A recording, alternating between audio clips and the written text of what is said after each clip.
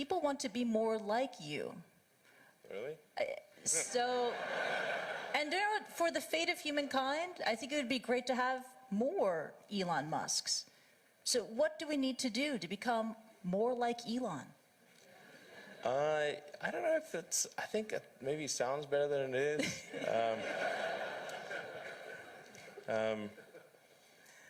Yeah,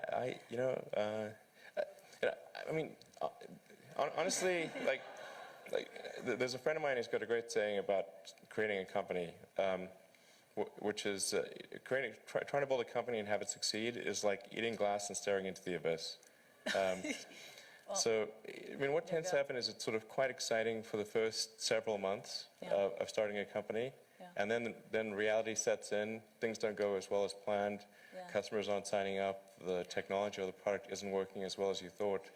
And then that can sometimes be compounded by a recession, and it can be very, very painful for several years.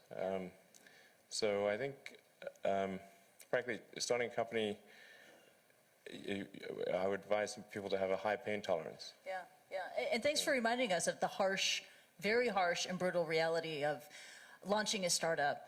There is that Elon Musk / Tony Stark mystique. People think, you are, Robert Downey Jr. modeled his character, Tony Stark, Iron Man, on you. It's easy, it's fun. You're a superhero titan of industry.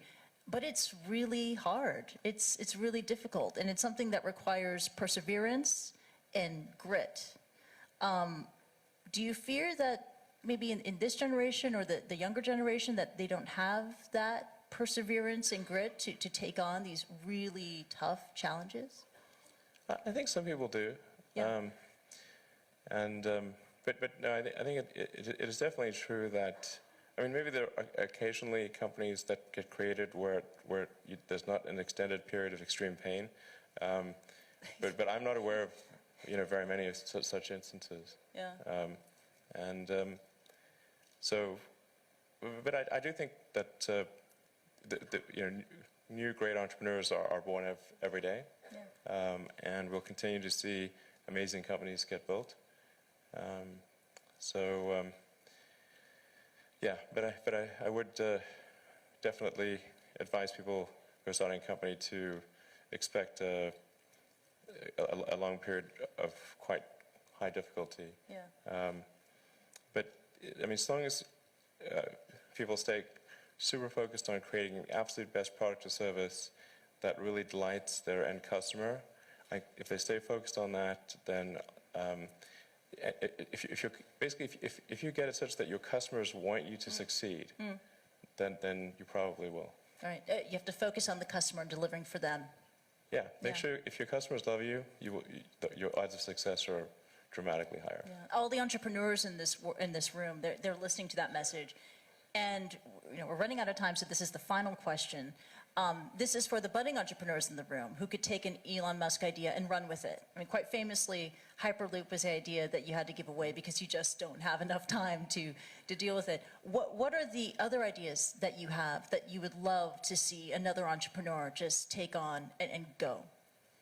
Well, I think there's a lot of opportunity in general in electrification of transport. So electric aircraft, I think there's a lot of opportunity there.